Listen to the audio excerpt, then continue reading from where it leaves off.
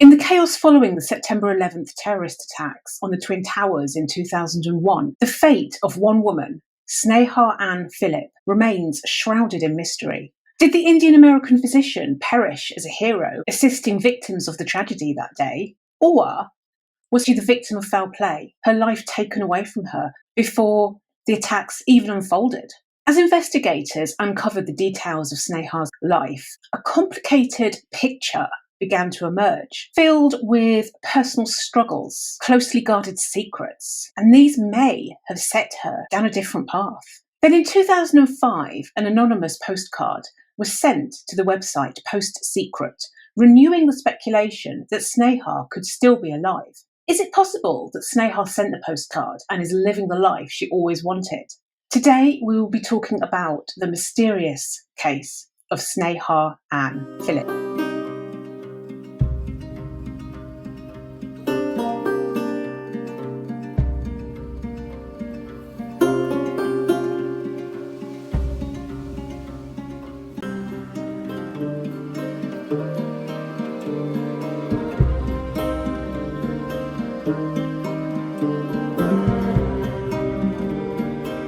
Hello, welcome to my true criminal abode. It is lovely to see you here. So today's case, it's about a woman that disappeared around about the September 11th attack. So officially, her death certificate says that her date of death is listed as September the 11th. But her last confirmed sighting was September the 10th. After September the 10th, nobody has a clue what happened to her. And yet her death certificate is listed as September the 11th. So what did happen to her? To this day, we have no idea. We have no clue. There are theories. Of course there's theories. There's always theories. When we don't know something, we fill in the gaps and we put in theories. Makes sense. That's what we do. But the frustrating thing about this case, for me anyway, is that I usually get a good sense of what I believe happened to somebody. I'll be like, yep, okay, this person died, or this person left of her own free will, whatever. You get a good sense of what happened.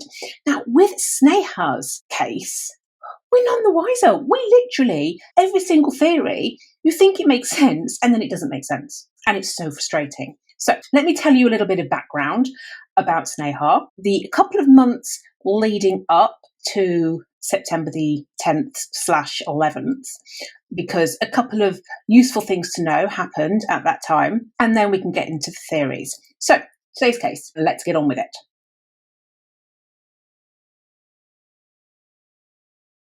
So Sneha Anne Philip was born in Kerala in India on October the 7th, 1969. When she was about 3 years old, her family moved to upstate New York.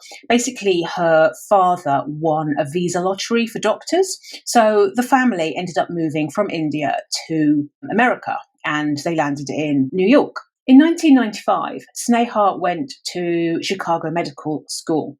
And there she met Ron Lieberman. Now, he was from LA and he was a musician. And it kind of, to look at them, they don't look like a match, but they kind of are. He was a musician. She was an artist. That's what she wanted to be. She loved languages, the sort of creative side of her. She was a very, very intelligent, smart lady. So they met at medical school. And then what happened was Sneha was actually a year ahead of Ron. And so that they could graduate together, she actually took a year off and she went traveling around Italy. And there, during her gap year, she kind of concentrated on her painting, on her art. So when I heard that she had taken this year off so they could graduate together, my gut reaction initially was like, that is so sweet. That is a true love. But actually, the more I know about Sneha, I think it was a good opportunity for her to go and do her aunt. And it just coincided with also being able to graduate with the man she loved. So it was sort of two birds with one stone kind of thing. So they graduated in 1999. And after graduation, they both got internships, which they did in New York. So they both ended up moving to New York City. And Initially, they were living in a small apartment in the East Village. Sneha's internship was at Cabrini Medical Centre, so it was quite near to the apartment that they'd moved to. And Ron's internship was at Jacobi Medical Centre, which was in the Bronx. And they were living a good, happy life. They were both busy as hell, being doctors, but things were good. Things were so good that in 2000, the couple got married. They got married in a small ceremony. It was a Jewish Indian ceremony, so it was a blend of their backgrounds. And during this ceremony, Ron actually gave Sneha a necklace called a minu, and it's like a teardrop shaped pendant necklace, and it's sort of a traditional Indian piece of jewellery, and it was actually a gift from Sneha's mother, and so he put this around her neck at the end of this ceremony. The reason this necklace is significant is because it's one of the pieces of jewellery, because of the sentimental value to it, that she was most likely wearing when she disappeared. So, something to identify her with. So shortly after their marriage, they actually moved to a bigger apartment in Battery Park City. Now, this apartment was actually a couple of blocks away from the World Trade Center.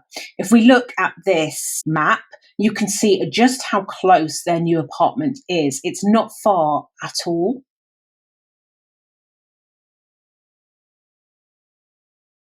So we're now moving into May 2001. So only a few months before September the 10th/11th, when Sneha disappeared. And things that were looking good are now starting to look not so good. So in May 2001, Cabrini Medical Centre, which is where Sneha was doing her internship, they decided to not renew her contract. And their reasons for this were tardiness and alcohol-related issues. And basically, not renewing somebody's contract is tantamount to firing her. So obviously, Sneha was understandably upset by this decision. And the following month, she was out at a bar with some of her colleagues from Cabrini Medical Centre. And allegedly at this bar, Sneha claimed that one of her colleagues sexually assaulted her. She says that he followed her into the bathroom and he touched her, groped her inappropriately, tried to kiss her. She obviously tried to get him away. She did file a report with the police. The police looked into it, but what the police report states is that on this evening, it was actually Sneha that was harassing the doctor and his wife. This report talks about her going to his apartment, refusing to leave, and repeatedly calling the wife. Basically, it just looked like she was the one harassing him. And then a few days later as well, there's another incident where she was verbally abusing this doctor. Now, I have no idea if her report was true or not. I literally have no idea. But the prosecutor actually decided, based on the police report, decided to drop the sexual charge allegation. And instead, charges were actually brought against Sneha. There were multiple misdemeanors, and they were for things like criminal trespass, harassment, falsely reporting an incident. So, yeah, it ended up that Sneha was the one being charged. And she actually ended up, as a result of this night out, spending a night in jail. So obviously things are kind of starting to spiral a little bit downhill for her. She's lost her job. She's got these criminal charges brought against her. And what we find out later on is that she would spend her time going to gay and lesbian bars. So she would often stay away overnight. And basically, it was described that she was engaging in dangerous behaviour. Now, I don't think it was the bisexuality allegations per se that were the sort of the dangerous behaviour. She was basically meeting strangers and going back to their homes and doing whatever she was doing with them. I'll tell you now that basically later on, when the family dispute these allegations, Ron actually says that the reason that she went to gay bars is because she didn't want a repeat of the sexual abuse incident that happened the month before. Now, this makes perfect sense. that she would feel that way, but it doesn't kind of explain why she was staying out all night and staying with strangers. Although Ron, he kind of disputes this and, says he doesn't have any kind of recollection of this happening. But this is in the police report, and I don't see why the police would lie about it. Another thing that kind of backs up this whole sort of potential kind of sexual activity that Sneha was engaging in is that there was also a report by her brother John that he had supposedly walked in on Sneha and his girlfriend having sex. And again, this was something that he initially told the police. He does actually go on to retract it, which we'll get to later on, but that's what he initially told them. And I kind of go with the first thing you say, and it all ties in with this sort of behaviour that she's beginning to exhibit, this sort of recklessness that you can see that she's doing. Her contract was terminated with Cabrini for alcohol-related issues. So she's obviously got some kind of dependency going on, and then it all kind of ties in with this sort of reckless behavior, and it all kind of shows how things weren't as kind of rosy as they perhaps appeared to be. And you can't be a medical professional working around patients and have an alcohol dependency issue. You just can't. So it totally makes sense that she was suspended for it, but she didn't seem to go on to try and sort her life out, because in fact, what happens is, after leaving Cabrini, she actually ends up getting another internship. This one was at St. Vincent's Medical Centre on Staten Island. And the same thing happened. She was actually suspended because she didn't turn up for a meeting with a substance abuse counsellor, I believe. So she was suspended, and she was actually put on modified duty. Not too sure what that means in the medical field per se, but I'm guessing. There's no way you can work with patients if you're intoxicated. So I'm guessing, she was doing things that wouldn't be risky to patients. So it would be a real step down. So as we can see, things are looking a tad kind of not great for Sneha. And we're now going to move to the date of September the 10th. And September the 10th is the last confirmed sighting that we have of Sneha.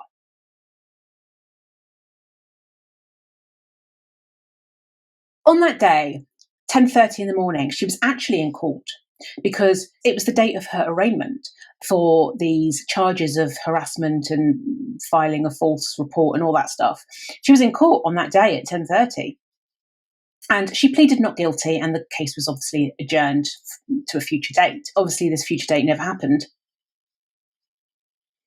Could it be significant? Possibly. So she'd have been stressed out. She had this court case in the morning. Now, apparently at this court case, because Ron was with her, apparently they had a massive argument outside the courthouse, and Ron was really annoyed with her for these incidents of her going out, staying out late at night. So later on, when he's saying he knows nothing about her going out, he must have had an idea. They were married, for goodness sake. He just must have had an idea. And according to this police report, they did have a massive argument about it. The only kind of weird thing about it is that the attorney, her attorney that was there with them, he says he doesn't recall the incident. And this is kind of relevant because later on, the family kind of dispute a lot of the police allegations and say that the police are making up things. And the fact that the attorney doesn't remember the incident, is this something that the police made up? I don't think so, but it's just something to bear in mind as we go through the case. So after the court case, Ron and Sneha return to their apartment. Around about 11:30, Ron heads for work. Sneha is obviously on this sort of modified duty. And so she's not actually due in work that day. It's a day off. And she's not due in work the next day either, I believe. I'm not sure when she was due back. But, the 2 days that are important here, she's not due in work. So Ron heads off to work, and his account of Sneha that day, he says that she's planned on staying home to clean the apartment because they were having a dinner party the next day.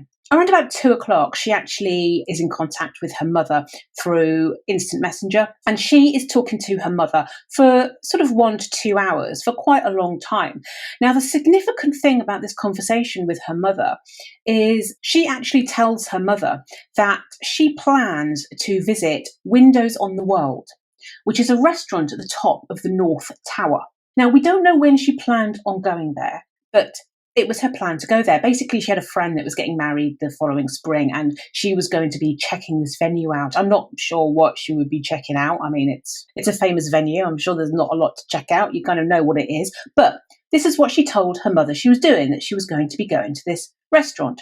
Now, like I say, we don't know what day she was planning on going. But, usually if you've got an event far off, then, you say the date of it. Now, if it's something that you're going to be doing that day or the next day, sort of imminently, you just say, it's one of the things I'm doing. So I kind of get the sense that this was something she would be doing that day or the next day. So after speaking to her mother, around about 4 o'clock, she sort of stops the call with her mum and she gets changed, and she's wearing a brown short-sleeved shirt dress and brown sandals, and she heads out. Now, there's actually surveillance footage of her leaving her apartment building at about 5:15. And she heads out, she goes to a dry cleaner's, and then she goes to Century 21. Now, Century 21 was a department store, and it was located actually very, very close to the World Trade Center. I mean, it makes sense. It's all within the vicinity of where she lives. So, it makes sense that she's going to be in that area. Around about 6 p.m, she makes a purchase, and she purchases pantyhose, lingerie, a dress, and bed linen. Then she heads down to a kind of, I don't know if it's the ground floor or the basement, it's kind of an annex. It's still within the Century 21 kind of department store, but it's an annex to the store, and it's the shoe department. And she heads down there, and she makes a purchase for 3 pairs of shoes. Not sure why anyone would want 3 pairs of shoes at the same time. Maybe they were all on sale. Well, it is a bargain place, so I'm guessing they were on sale. But anyway, she purchases 3 pairs of shoes. So she makes this purchase around about 7:18. And then between 7:20 and 7:30, she actually leaves the store. And there is surveillance footage of her in the store, and also there are the American Express credit card transactions. So that's why we can be relatively precise with the timings going on. So she leaves the store around about 7:20, 7:30. Now, just to put a little bit of context to this, she's got 3 bags. The light is fading. It's evening. I don't think it's pitch black yet, but it's getting dark. Now, normally, when thinking back to a certain day, it's not something that we would necessarily remember, but hindsight, knowing what happens the next day, September the 10th is kind of a significant evening. And the reason for that is because Hurricane Erin was actually looming off the East Coast. Now, it missed New York City, but New York City was kind of feeling some of the effects of this hurricane. And so there was a storm in New York City on that day. And it's really ominous knowing what we know happened the next day. So, there was this storm. It was raining. Sneha has 3 bags, or 2 bags, 3 bags, whatever she's got. She's got $500 worth of goods, and she doesn't seem to have an umbrella. Nobody can see an umbrella in this footage. So it's hardly likely that she's going to be out wandering the streets with bags and it raining and stormy and nighttime. The chances are she was going to be going somewhere. She would have a plan for what she was doing next if she wasn't going to go home. But she doesn't go home.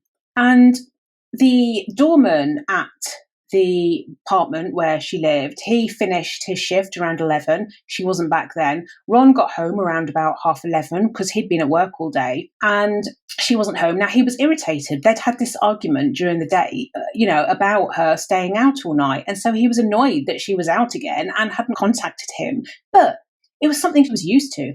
Another reason that he was used to it is because with his irregular shifts, Sneha didn't like being home alone. So she would sometimes stay at her brother's apartment or her cousin's apartment just because she didn't want to be by herself. But like I say, he wasn't overly concerned by this point. In fact, he was so unconcerned that he went to bed.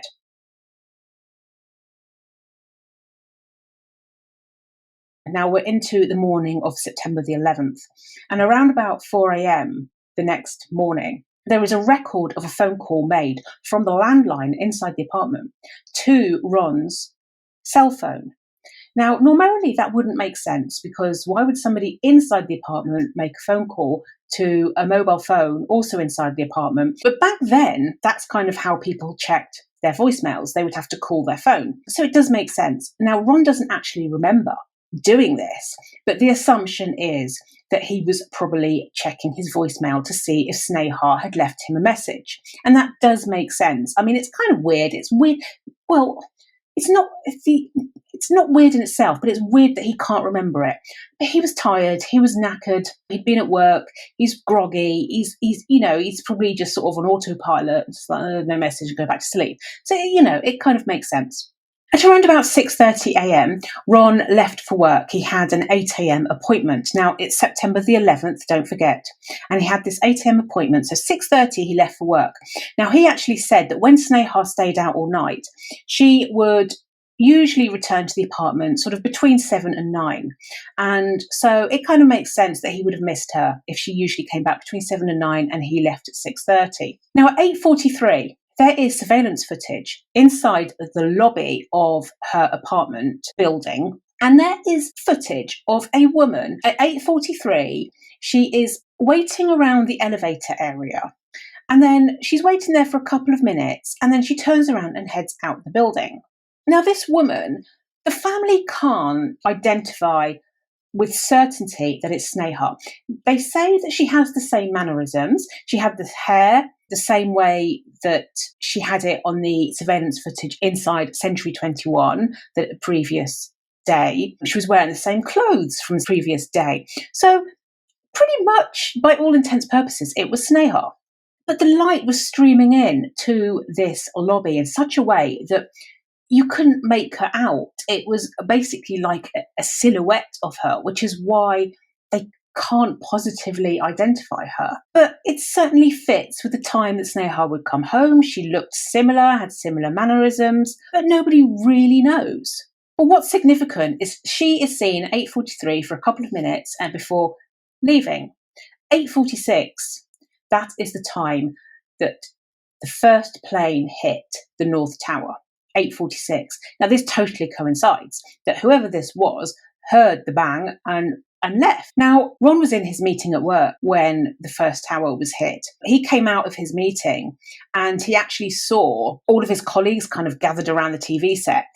And that's when he saw what was going on. And then obviously 9:03 is when the second plane hits. So he sees the second plane hitting and it's like, oh my God, the realization. I mean, that is when the world realized, right, that this wasn't just an accident. Two planes don't hit. It's not an accident.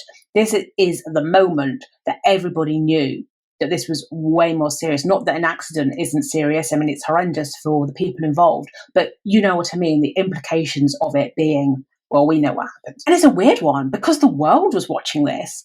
I'm in the UK. I'm not even an American.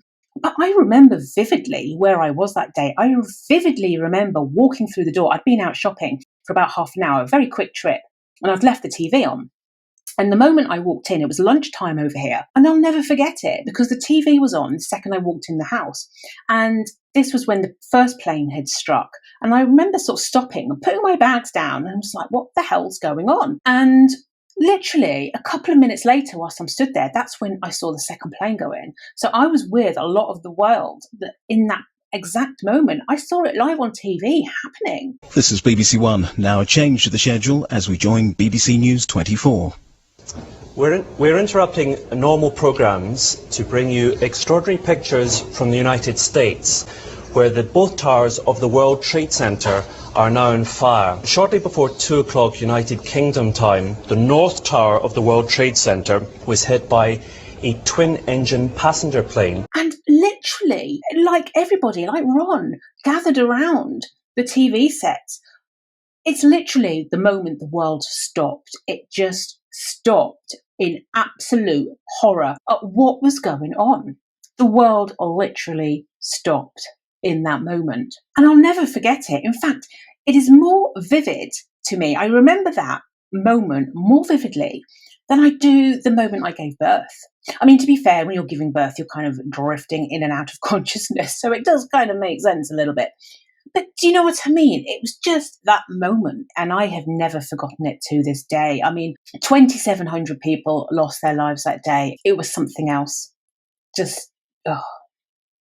The question is, was Sneha one of them? So obviously Ron's at work and he's watching the TV set and he's kind of seeing what's going on. And so the fear and the panic that must be happening for him, thinking, oh my God, is Sneha back at the apartment? You know, is she okay?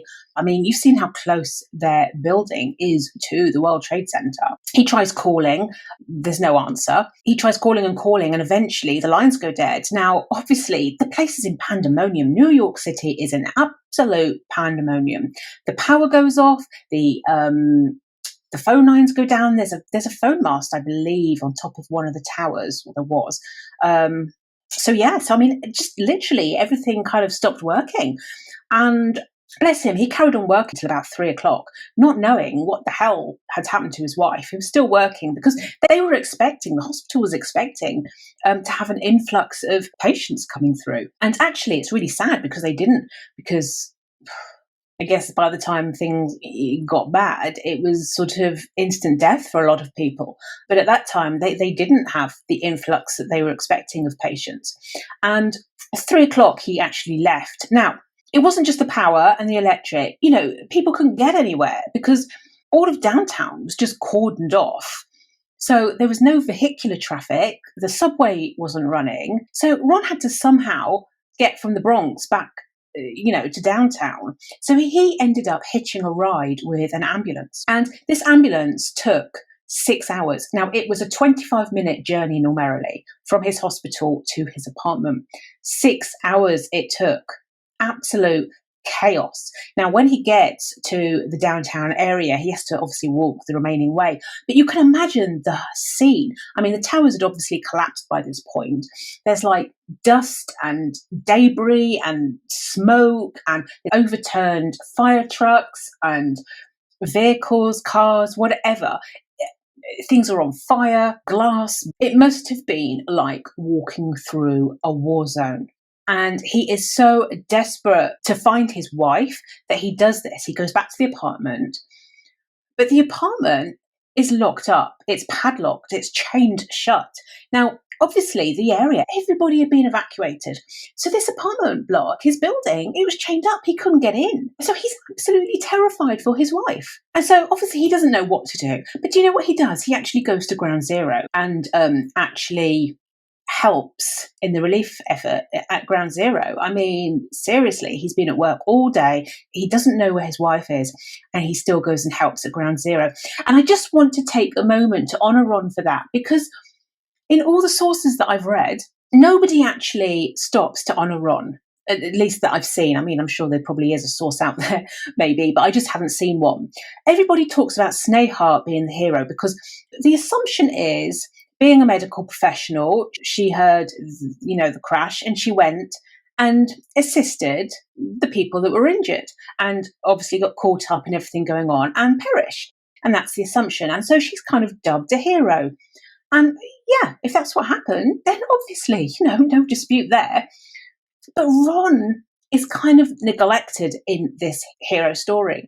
And I just want to take that second to just highlight that Ron also was a hero. Like I say, his wife's missing. He's been on a long shift at work and he still goes and helps at Ground Zero. So he that's what he does next. He goes there, and then around about 2:00, he goes to a friend's apartment because obviously he can't even go home to go and sleep. He ends up staying with a friend, and he has a terrible, terrible night's sleep, as you can imagine. Awful. I mean, the whole of America must have had a horrendous night's sleep that night. But for Ron, what he saw and his wife miss it's just horrendous. So the next day, Ron heads back to the apartment. Now, he can actually get in the next day. So he goes up to the apartment. Now, their apartment wasn't actually facing the World Trade Center. So the windows weren't blown in or anything because it wasn't facing the towers. But the window had been left open and his apartment was just totally covered in that dust. All the images just show people encased in this grey dust. So his apartment was encased in this. Now, bless them, his little cats were at home. He had 2 little cats, and they were okay, I believe. There's no reports that say they weren't okay, but the only footprints were from his 2 little cats.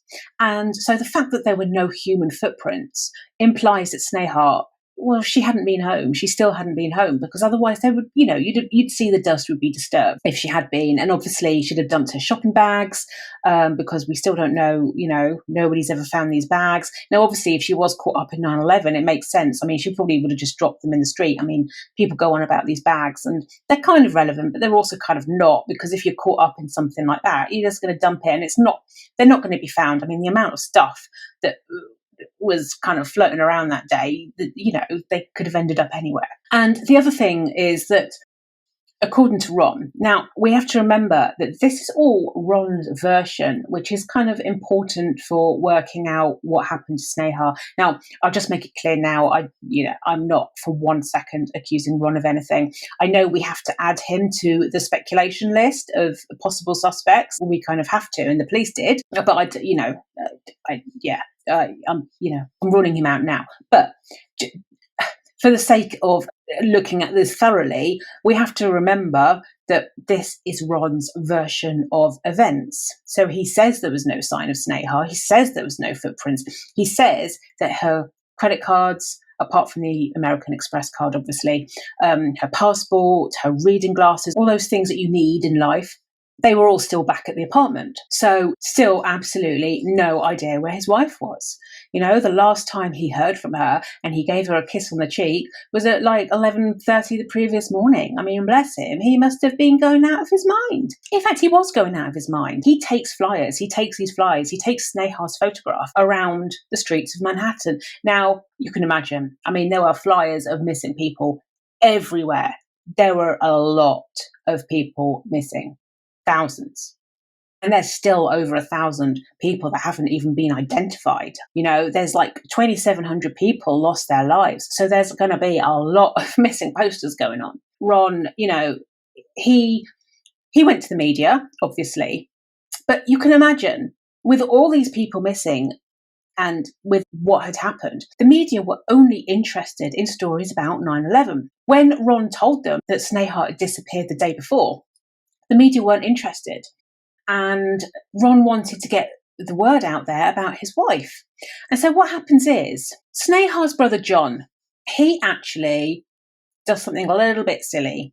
He talks to the media and he tells them that he was actually on the phone to Sneha during the attack, and that Sneha told him that she was helping people.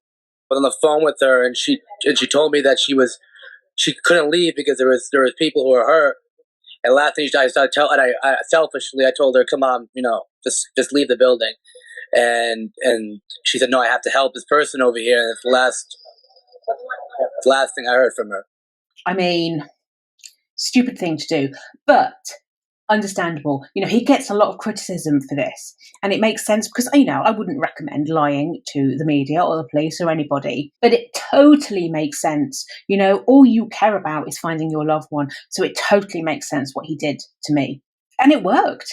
Sneha's case got attention. And this is the moment that we get the hero narrative, because people find out that she was a medical professional, and the assumption is she went to help, and that's how she died, helping. She's a hero.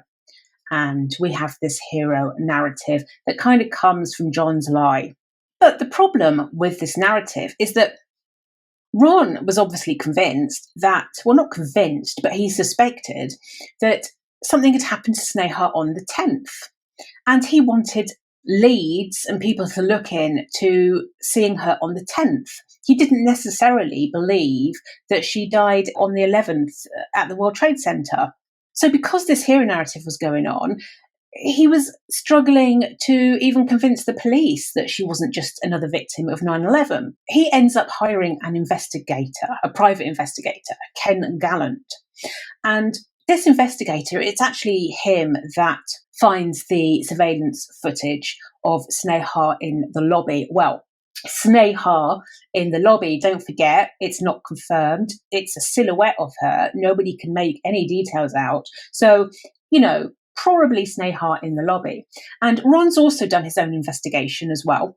He's checked the credit card records, and so that's how he knows that Sneha went to Century 21. Now, obviously, Century 21, like I said, the shop that she went to, it was very close to the World Trade Center, and so just like all the buildings in that area, they ended up closing down because they were probably damaged. And so that particular store, he couldn't go into it. So what he did was he went to the other stores in the area, and he actually distributed these flyers into the other stores, hoping that somebody would recognize Sneha. And it worked because obviously the staff that were in that store, they'd also kind of been distributed out to other stores because obviously they couldn't still work at the World Trade Center store. I'm calling it the World Trade Center store. It's not the World Trade Center store, but it's the one by the World Trade Center. So the staff had kind of temporarily been placed in other stores. But one of the staff members saw this flyer and recognized Sneha and contacted Ron. And what this clerk actually told him was that she saw Sneha and she believed that she was with another woman. Now, it really depends which source you read. There seems to be a few versions of this story. In some versions, this clerk tells Ron that she just saw Sneha with another woman. They looked to be together. In other versions, she says Sneha actually told her that the woman was a friend of hers. And then in other versions, Sneha is seen talking to this other woman. So we're not quite sure. Whatever it is, she thinks Sneha was with another woman. Now, this woman was described as kind of small stature, sort of youngish, early 30s, and of Indian descent. Like I say, the versions of what happened kind of vary a little bit. But either way, Ron was like, I've got to check this out. Now, eventually he gets hold of the security footage from Century 21. And that's when he does find Sneha shopping. Now, there's footage of Sneha shopping in the coat department, but there's no woman. He can't see her with another woman or talking, even off screen, talking to another woman. So it's a complete mystery. Not to say that Clark's lying. I don't for a second think that, but just that she got it wrong. She misremembered it, or it could have been for literally a split second, somebody she knew and just said hello to, and the clerk just happened to see that moment. I don't know. There's so many possibilities, but the surveillance footage does not show Sneha with another woman.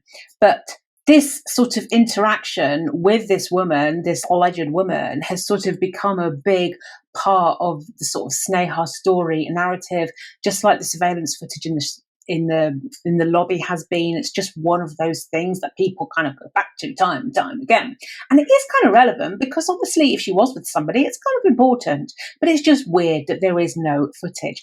Now, there is footage of Sneha leaving, when she left around about 7:20, 7:30, and she is leaving and there's somebody sort of by her side who could be that woman. But, when you're leaving the store, there's sort of usually a few people leaving with you. So I don't know. So obviously, Ron is doing his own investigation, and this private detective, Gallant, he is doing his detective work. He's doing what private detectives do. He's interviewing friends and family. He's going to the bars that she was known to frequent. He's checking out security footage, and he even does a search of her computer to see if there's any hints there, if she was in communication with anybody, all this stuff that private investigators do. Ultimately, he couldn't find anything. And with this hero narrative and finding this security footage as well of Sneha, possibly, Ron did a bit of a 180. He'd gone from believing something happened to Sneha on the 10th before the World Trade Center fell to now kind of being, okay, she died in the World Trade Center, she was a hero. And so, that was the narrative that the family then began to push. So they totally kind of flipped the narrative. Now, as we go through, we will see the reason potentially for this. I mean, it could just be that Ron saw this footage of her in the lobby and just thought, okay, I'm not 100%, but it probably is her. And obviously it places her pretty much at the scene. I mean, she could have run in a different direction. I mean, nobody knows what happened to her after she left the building. She might not have gone anywhere near the World Trade Center. She might have headed in a different direction. But it's a good indication that she was in the area at the time. That's the narrative that they were now pushing. And this is important because what happens is the police have now started to do their own investigation. And this is where the police dig up all this dirt on Sneha, all the dirt that we've talked about so far. So Sneha being sort of, fired from her jobs, her medical career kind of going sideways. The whole sexual assault thing came up, her frequenting these lesbian bars came up. Now, I don't think it was the lesbianism, like I said, so much that sort of, I think they handled it badly because it really is irrelevant, the whole her being straight, lesbian, whatever she was. It's kind of irrelevant to kind of even bring that up. The focus really is the fact that she was meeting strangers and going back with them and doing these things that she was, this risky behaviour that she was doing. And they dug up the brother's account of her sleeping with the girlfriend, and that meant that there were potential marital problems. All this stuff that we've kind of gone through leading up to her disappearance. This is all the stuff that they were raking up. And obviously, a very different picture of Sneha was being painted. She was going from sort of being the hero to being this sort of promiscuous kind of alcoholic with these problems. And this could account for why the family kind of did a little bit of a 180 and were pushing the hero narrative, because the reputation of Sneha was at stake here. And also the mother kind of brought up the point that Sneha had said during the conversation that she was going to be going to Windows on the World. That was relevant. And even the lead investigator of this police report, he looked at the footage and even he testified that he believed it was Sneha in that lobby, which kind of meant that she died at 9/11. However, despite all these things, despite the lead investigator saying that's what he thought, despite the families disputing everything, I'll tell you actually what they dispute. They actually disputed the whole kind of fired from Cabrini for alcohol problems. They said it was because she was a whistleblower and she had reported sexual and racial discrimination at the hospital. Now, Cabrini came back and said, we've got no record of this. So I don't know what was going on there, but that was the family's version, that she was dismissed because she was a whistleblower, whereas the hospital was saying, no, she was an alcoholic. But as for the drinking, Ron said it's a coping mechanism. It's temporary. She's getting herself back on track. He also disputed the whole kind of bisexual thing. And he said the reason, I think I touched on this already, he said the reason that she went to these gay bars is because she didn't want to be around men, the whole incident in court, which totally makes sense. But like I said, it doesn't really account for her being out in the first place and doing this stuff. Now, Ron even said that she wasn't actually going to these women's homes for sex. He said she was going to paint and listen to music. Okay. So he actually talks about one incident where she came home and apparently she was covered in paint. Now, okay, I'm not disputing this incident happened. Maybe one time she did happen to meet a fellow artist and they got painting. But are you telling me that every single person she went back with happened to be a painter and that's all they did? I don't think so. I mean, spidey senses are kind of going a little bit crazy here, going, yeah, I don't think so. I think something more kind of happened. Now, I don't know. I wasn't there. But yeah, so I really doubt that she was just listening to music and working on art projects. I don't think that's all that she was doing. And then we've got the two claims, the one from the brother who changed his story about Sneha sleeping with his girlfriend. He said he didn't say that and he never even met the detective who claimed that he'd told. Well, this is in the report and, there's evidence that you did tell them. So I don't know, I'm not saying totally that he's lying, but I don't think he's telling the truth. Either way, he kind of did a 180 on that story. And then Ron as well, he denied the courthouse incident and the fact that they were arguing. And these two sort of things together, I think what Ron and John were trying to do was they were trying to put some onus on the police and say that the police were making things up because they were trying to make up for their sort of poor investigation initially, because the police were just sort of dismissing Sneha missing as a victim of 9/11. So it took them some time to kind of do a proper investigation. So I think Ron and John were trying to kind of dispute the allegations by saying, actually, you did a bad job and that's why you're making all this stuff up. I don't believe that the police would have made anything up. Don't think they did a perfect investigation. Far from it, because they obviously investigated Ron because naturally the husband is investigated. He's cleared. I don't for a second think Ron had anything to do with it. But they did investigate and they actually took his computer away. Makes sense. But they didn't check it. Ron said he wanted it back for work. They gave it back to him. They didn't do any analysis on his computer. So there's little things like this where they did not do a perfect investigation. Far from doing a perfect investigation. But you can imagine the amount of pressure going on for the police forces at that time with everything going on. I'm not excusing it, but I'm just understanding it, if that makes sense. So the brother denied the incident with the girlfriend. What would really, really help is if the girlfriend released some kind of public statement as to her version of events. There isn't that, and that would be helpful. I mean, obviously she doesn't have to, but it would help. And for that reason, it kind of makes me think that this did happen. I believe the police's version. Because I kind of think if it didn't happen, the girlfriend probably would have said, no, it didn't happen. But she hasn't. So I kind of do think it did happen. So anyway, so the family are kind of pushing for this hero narrative and totally disputing everything the police are saying. Doesn't make any difference. The New York City medical examiner, based on the police's findings, actually removes Sneha from the official list of 9/11 victims. And then a couple of years later, Judge Roth, New York City judge, he actually ruled that the official date of death for Sneha was September the 10th. They set it at September the 10th, 2004. I don't really understand that. It's some kind of legal thing. It's like 3 years after she was reported missing. I'm not sure why it has to be 3 years, but whatever. That's why I never did law. Don't understand a word of it. So her death certificate says September the 10th, 2004. Now, Ron actually filed a claim with the Victims' Compensation Fund, and this was estimated to be between 3 and 4 million at the time, based on kind of Sneha's earnings and all this stuff. So, it wasn't a small amount of money.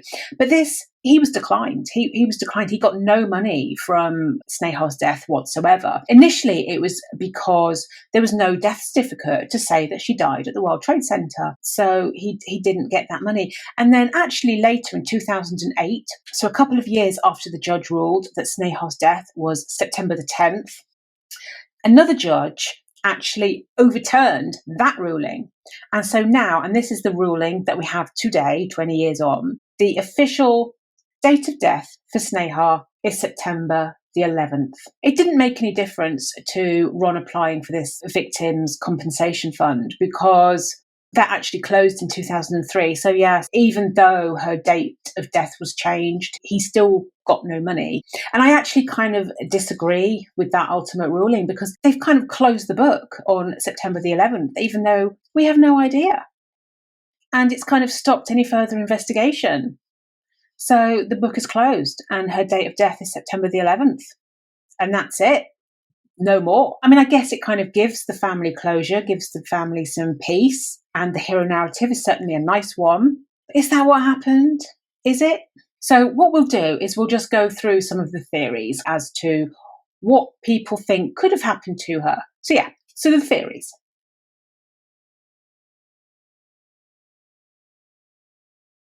So the theories, they just don't make sense. You literally think that you've sussed it and then you haven't. It just makes no sense. You're going down one path and then something comes along and you're like, nah, that path is blocked. It don't make no sense. So I'm going to go down this path, but then something blocks that path. You just keep going down this path and then turning around and going back again and starting exactly where you were in the first place. Nothing makes sense. Nothing makes sense. And it's infuriating. So what are the theories? The most obvious theory, and the one that is listed on her death certificate, is she died at the World Trade Center. A lot of this rests on that damn surveillance footage that nobody can make out. If that was Sneha, it totally makes sense that she died at the World Trade Center. She was a medical professional. She heard the bang. She went out. She helped people. It makes sense. Except it doesn't. It doesn't make any sense because the authorities were actively trying to get people away from the area. They weren't letting them run into burning buildings. They were moving people away.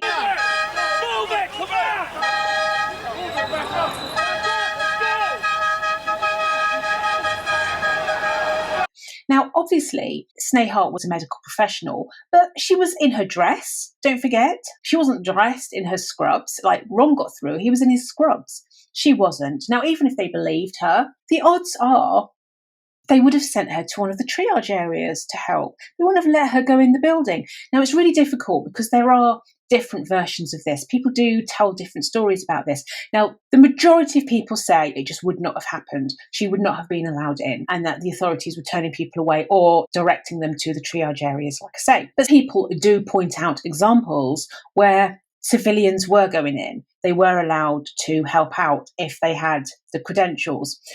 So everything was such pandemonium that the chances are she wouldn't have gone in, but there's a possibility that she might have got through. Now, let's say she was on the ground helping and there was debris. Obviously, she would have been there relatively early. So the second plane went in, there would have been debris everywhere. She could have been hit. Well, that doesn't make sense. The bodies on the ground were found and identified.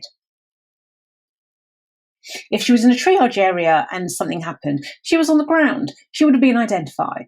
The only way she wouldn't have been identified is if she was, on the ground when the towers collapsed. But even then, I think she probably would have been, or if she was at the top of the tower. Because 99% of the people that were involved that day, if they were below the impact point, they escaped.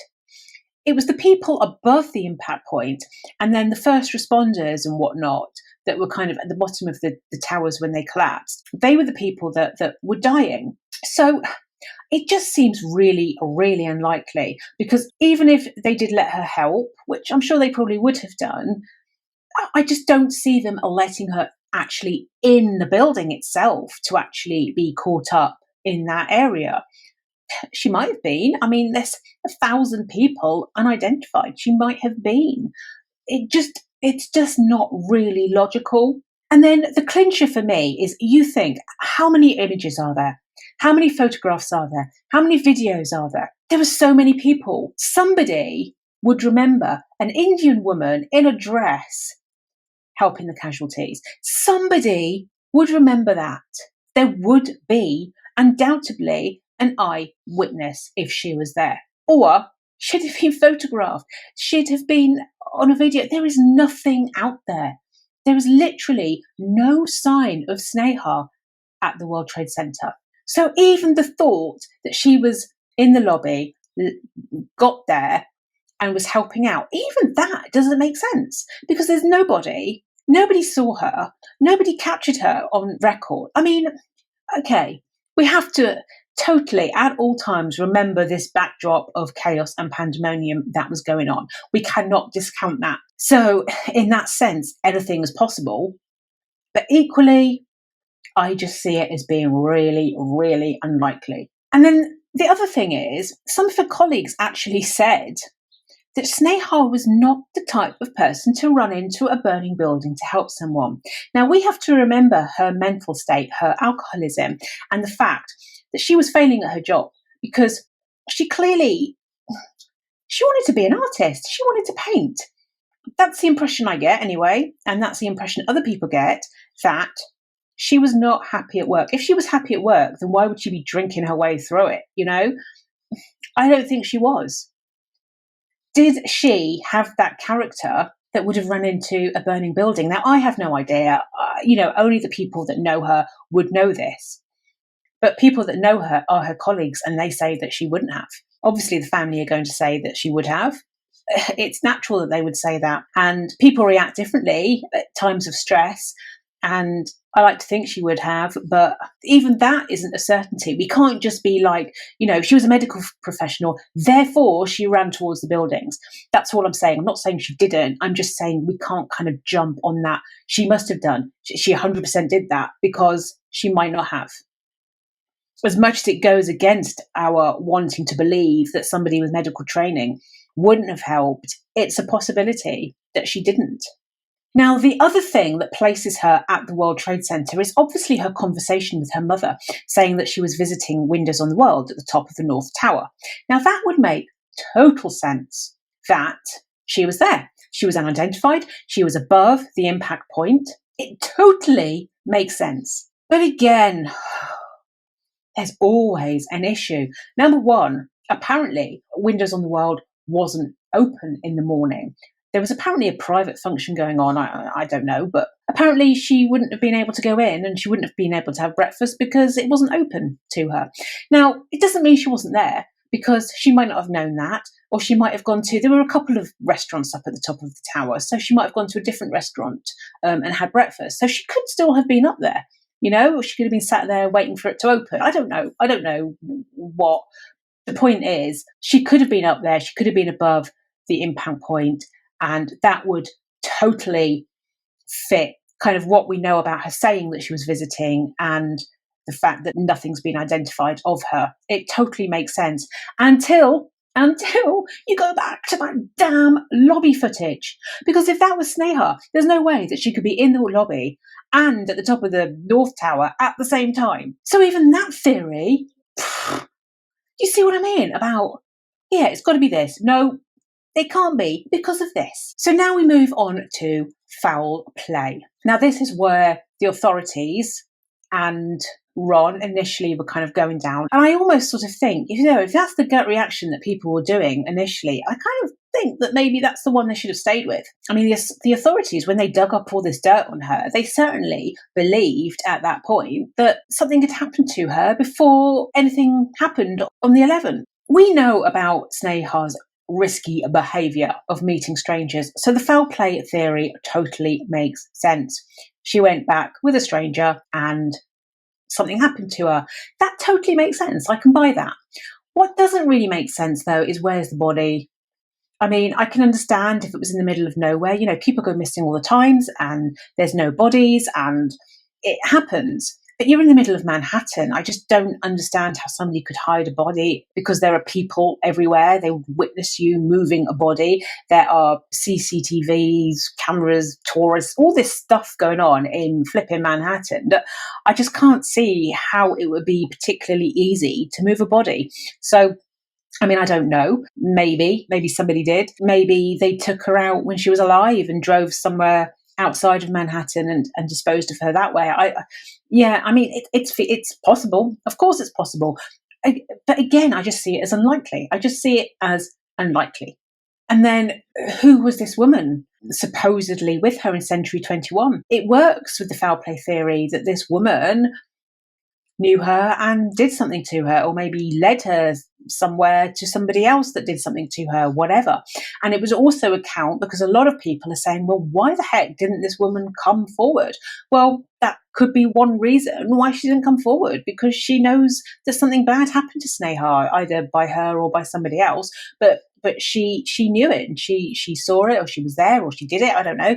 And that would explain why she didn't come forward. But of course, there's a million other reasons that she didn't come forward. She could have been in a relationship with somebody else, and so she didn't want it public knowledge that she was in a relationship with Sneha, or maybe not in a relationship, but sexually active with Sneha. Maybe because she was an Indian-looking woman, the clerk believed.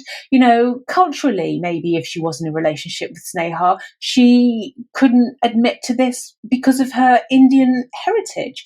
Maybe she was not just protecting her own reputation, maybe she wanted to protect Sneha's reputation. So she didn't want to confirm to people that Sneha was a bisexual, gay, or whatever she was. Maybe she was protecting Sneha in some way.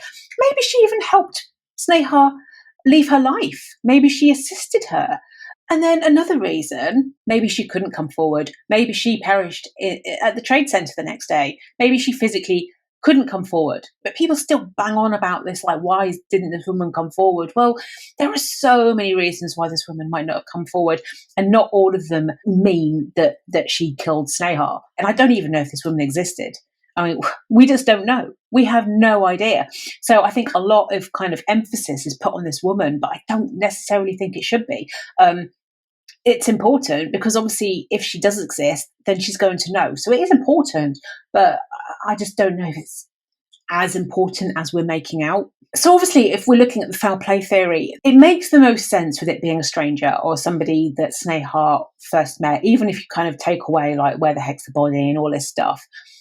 You know, 9/11 would have been a good cover, I guess, for somebody wanting to dispose a body with so much mayhem going on. It might have kind of detracted from what somebody else was doing. I don't know. So, I mean, it's feasible. But for this theory to work, it makes most sense for it to be a stranger. But we can't really rule out the people that she knew in her life. Now, like I say, the police would have investigated all these people. I'm not accusing any of these people of anything. I'm just saying that, you know, if we're going to look at this case, then the speculation is out there that these people might have done something to it. It could be an answer.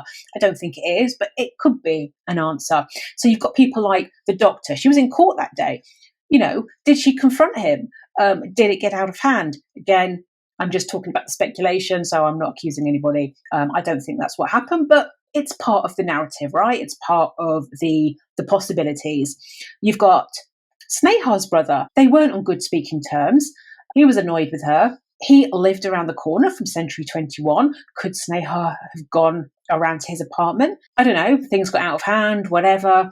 People even talk with the brother about sort of, because of the whole Indian heritage thing, people do kind of mention the whole honor killing thing. I'm just mentioning it because it's something, you know, in the theories that is out there. I don't believe it, so I'm not going to go into it.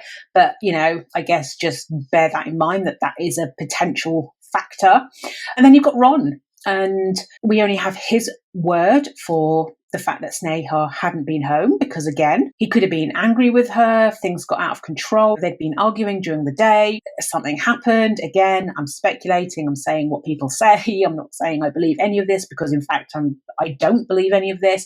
It's just stuff that we need to consider as part of the theories. Obviously, if we go back to the surveillance footage, then if that was her, then yeah, he didn't do anything. He'd gone to work by the time she came back and she was alive and well and fine. So it doesn't make sense. But I'll just tell you something, actually. Detective Stark, he was the lead detective that wrote that report. Now, he does an interview with John Walsack, and John Walsack is a podcaster. He did the Missing 9/11 podcast. And I will say that if you don't know about this case and you want to do further research into it, listen to his podcast. It's good.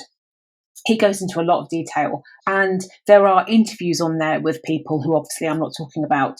You know, I haven't interviewed anybody, so it's worth a listen to. But he talks to Detective Stark, and Detective Stark says that when he saw the footage, because he's one of the few people that saw this footage was never released to the public. I don't understand why, because if they released it, then whoever this woman is, if it wasn't Sneha, could come forward, or somebody might recognize this woman. So I don't know why it's not released, but it's not. So he's one of the few people that's seen this footage. And he actually says that he believes, because the common narrative is that Sneha was returning to the building and she didn't have any bags. Where are the bags? Because she was returning to the building to go back after a night out. And then that's when she heard the crash, turned around and left. Detective Stark says she wasn't returning. She was leaving. She was in the apartment already. She'd come down. That's why she had no bags, because they were in the apartment. And she was leaving the building. It's a complete contrast to what everybody else says. I don't know what to believe here. I really, really don't. Either way, it doesn't mean Ron did anything to her, because clearly, even if she was leaving the building, she's still alive. So it doesn't mean that Ron was guilty of anything in that sense. The only thing he would be guilty of is lying about the fact that she was in the apartment. Like, that doesn't make sense. Why would he lie about that? But it certainly doesn't point to foul play. It just points to somebody lying. So, yeah, I don't really know what to do with that one. That damn footage, I kind of wish it didn't even exist because it just complicates everything. But yeah, I don't believe any of the people that knew her and even might have lied about things. Like the brother, we know he lied a couple of occasions. Ron, potentially, if what Detective Stark says is true about that footage, then he's potentially lied. I'm not sure he did, but potentially. But I think all these things, my personal belief is that people aren't lying deliberately about things. They're either misremembering things, or they are purposefully lying, but their motivations aren't bad. It's not because they harmed Sneha. It's because they wanted to protect her reputation, protect her memory. And I think if there is any lying going on, that's the sense that I get from this, and I could be wrong, but I just don't see foul play from anybody involved. If we go down the foul play theory, I think it was by a stranger. And again, the body issue, like any of these people, where the freaks did they put her body? It just doesn't make sense. Just doesn't make sense. The next theory we're going to look at is suicide. Now, I'm just going to say now, I don't believe it for a second. I don't think this happened. But if we look at the theory anyway, it makes sense that some people think that she did commit suicide. Her life was on a downward spiral. We know all the stuff. We've got her job, and we've got her marital issues, and we've got the criminal charges, we've got the alcoholism, we've got the potential kind of, she might be unsure about her sexuality. She might be sure about her sexuality, but she just can't live that sexuality because of her background, because she's married to a man, whatever reason.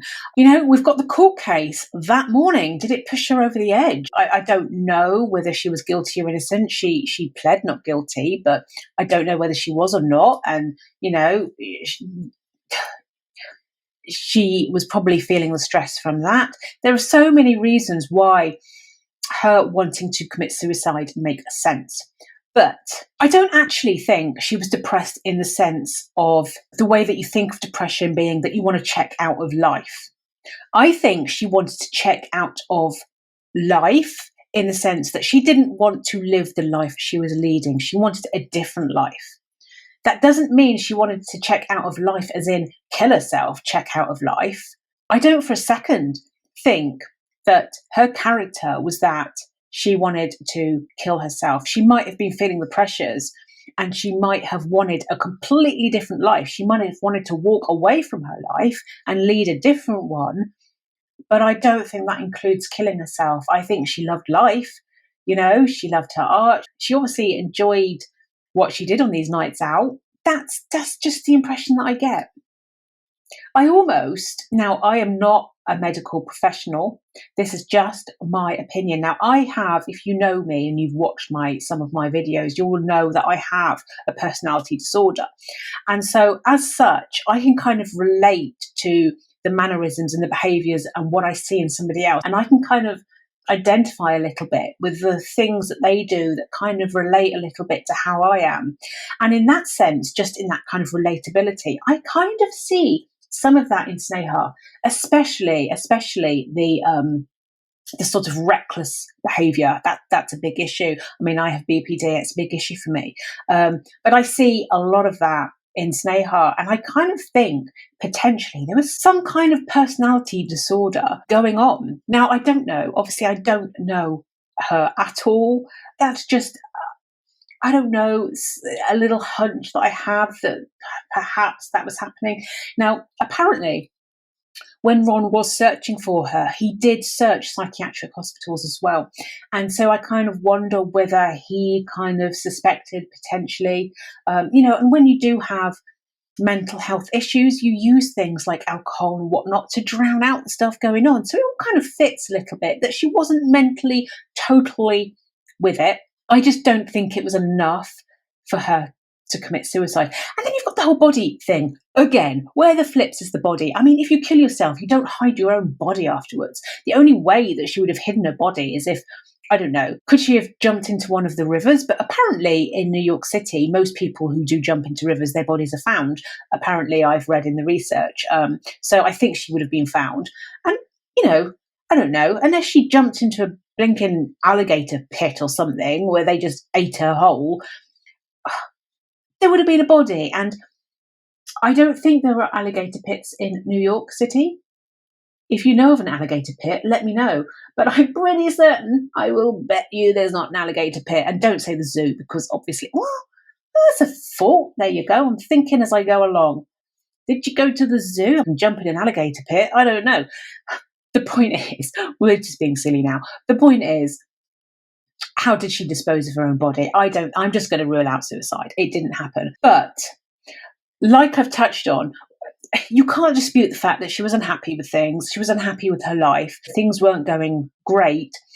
This kind of all leads into the next theory, because like I said, I don't think she was that unhappy that she would actually kill herself. But was she that unhappy that she would walk away from her life? Yes. Now, if we were going to go down the theories, I would go with this one, because definitely she wanted to live a different life. She wanted to paint. And it doesn't really matter what her sexuality is. The point is, she wasn't happy with the life that she was leading. So did she want to walk away from it? Absolutely. Makes total sense. The only thing that doesn't make sense is, when did she walk away from it? Did she plan it for the 10th? Well, why would she go shopping if she was going to kill herself or walk away from her life? So was she planning it for the 11th? Maybe, but then the World Trade Center thing happened. So the World Trade Center thing was more than a thing. 9/11 happened.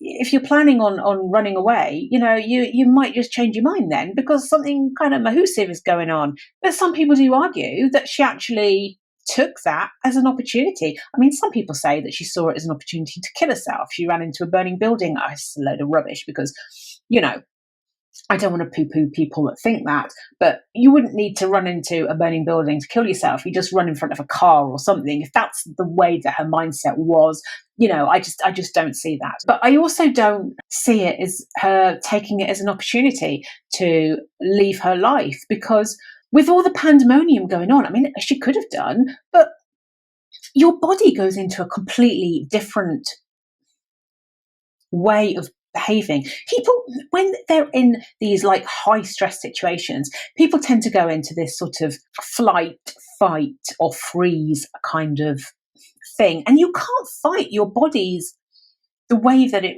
is going to react to a situation. And you don't know how you're going to react to a situation until something terrible happens to you. Now, I know from something terrible happening to me, I know my reaction is freeze, which doesn't get me out of situations. It's a pain in the arse, but that's my reaction. It's freeze. We don't know what Sneha's natural reaction would have been to what was going on around her. But would she really have kind of gone, oh, look, there's a plane in the World Trade Center. I think I'm just going to leave now and start a new life because everyone's going to think I've died. I just don't think so. I just don't see it that she would have used that opportunity as a time to escape. She would have planned it for a different time. And then don't forget the private detective. I mean, he looked at her computer and couldn't find anything. I mean, if she'd been thinking for it for a while, surely she'd have looked something up or there was just nothing to hint at this. So whilst it does kind of make sense, there's no evidence for it. And then you've got things like, would she have left her mother? She was really, really close to her family, to her mum. And people kind of say that's the reason she wouldn't have left. Well, I kind of dispute that because people do it all the time. If they're that desperate to leave, and she would have been really, really fearful for this court case that was coming up. And then the shame, especially in a conservative Indian family, you've got to sort of think of sort of the medical career, the proudness that goes on there, the shame that she would have been feeling towards all that.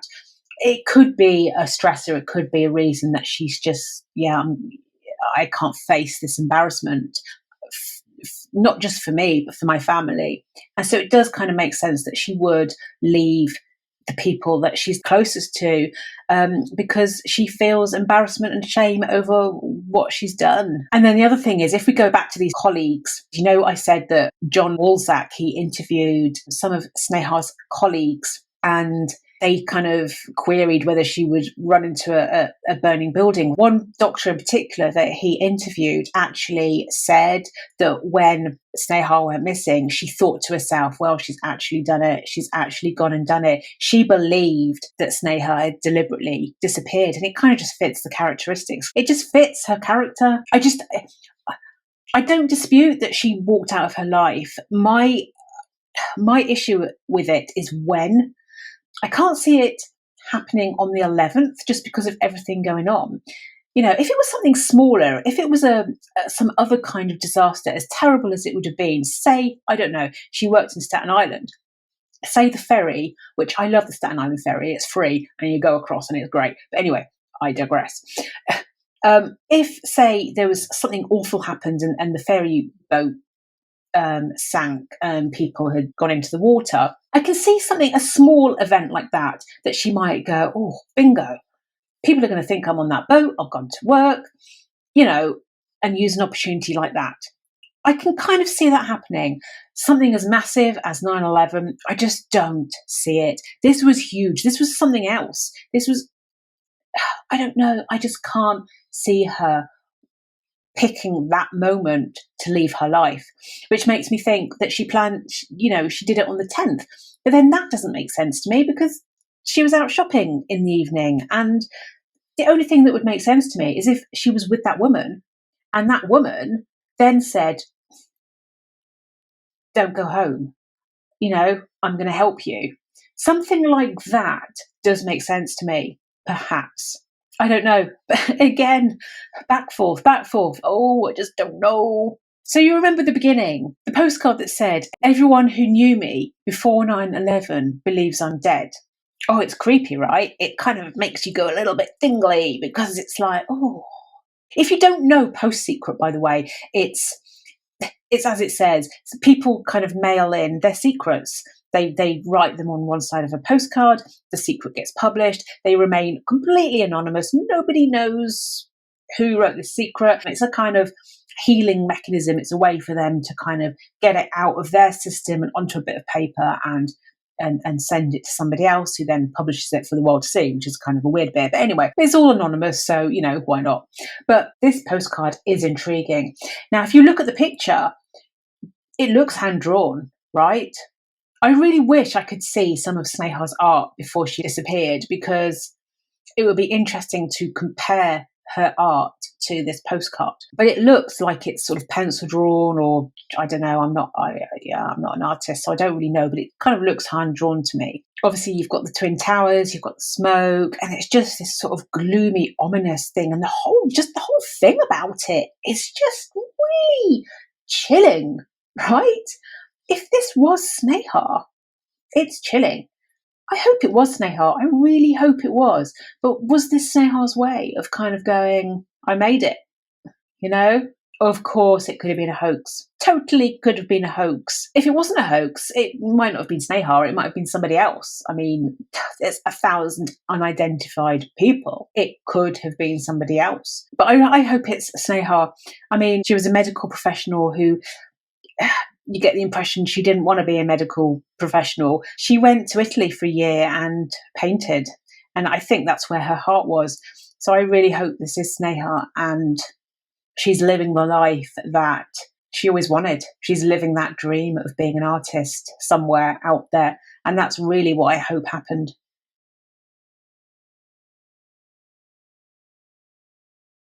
So yeah, what do you think happened to Sneha? Don't ask me, because I haven't got a clue. I just really don't know. If I take my heart out of it, I think she died at the World Trade Center. I think possibly she had gone to the restaurant and she's one of the 1,000 unidentified people. That's kind of what the logic part of me tells me. It doesn't totally make sense, especially with the footage and everything of her, because she can't have been in two places at the same time. But I'm going to go with that footage wasn't her, and that she was in the World Trade Center, and yeah, she perished. My heart tells me that she disappeared, that she was stressed and she wanted to start a new life. I don't know, again, the details don't quite make sense to me. I don't know when she would have done this. The only thing I can think is that this woman that she was with helped her somehow, and she's off somewhere happy living her life. And that's kind of the one that my heart goes with and the one I want to believe. Because her brother John as well, he's had kids since and she's never seen them. And I don't know, I do kind of struggle a little bit with the idea of her walking away from her family. It does make sense. People do it, like I say, but I struggle with it a little bit. So yeah, so my head is kind of down the World Trade Center route, really, with this one. I think things like foul play and stuff are a possibility, but I don't go there. I rule out suicide. I've pretty much ruled out foul play just because for me, it's the body thing. Like, where the frigs is the body? I just have a tough time thinking that her body wouldn't have turned up. And I'm sure people will tell me there's multiple reasons that the body wouldn't have turned up. And if you know, please tell me. I'd love to know. But yeah, so that's what I think. I think she died in the World Trade Center, but my heart kind of tells me, yeah, maybe she did go and is happy somewhere.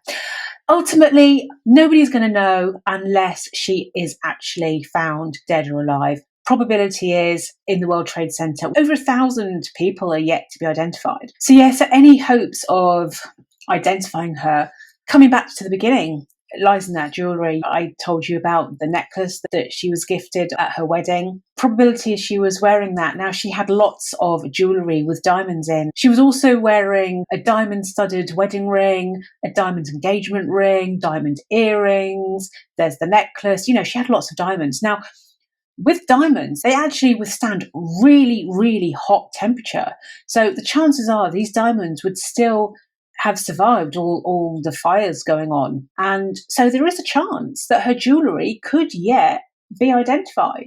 That's kind of why I mentioned that necklace, because out of everything, she's bound to have had that on. So, yeah, the family have obviously sent in the information, they've sent in the photographs, and, that's kind of the hope that the jewellery is going to get matched.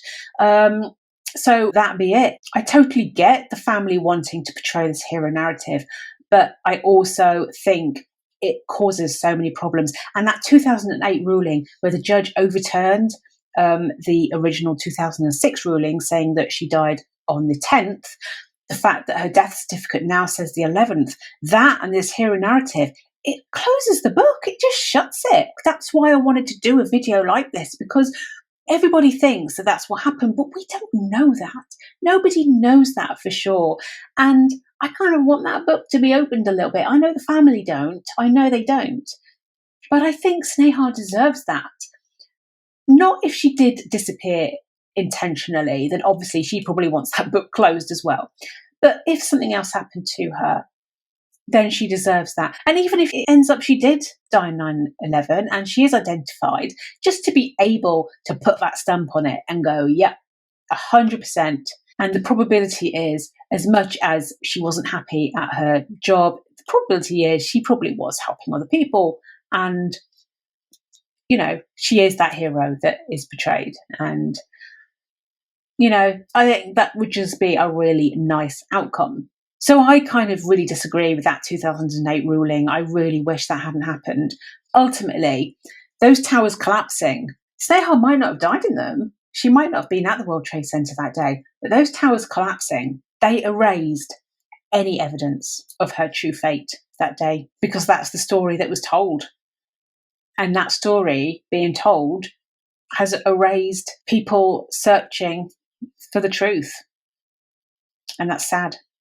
So Sneha was last seen wearing that brown short-sleeved buttoned shirt dress and brown sandals, plus all the jewellery that I've mentioned as well. So anything at all, any information, contact the New York City Police Department. I will list the details below. And yeah, that's kind of it. Let me know what you think.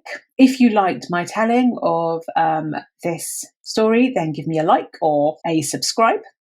Please, pretty please. You look after yourselves, take good care. It's a crazy world out there. Stay safe. And I will see you back here for another true crime case at my true criminal abode. Bye.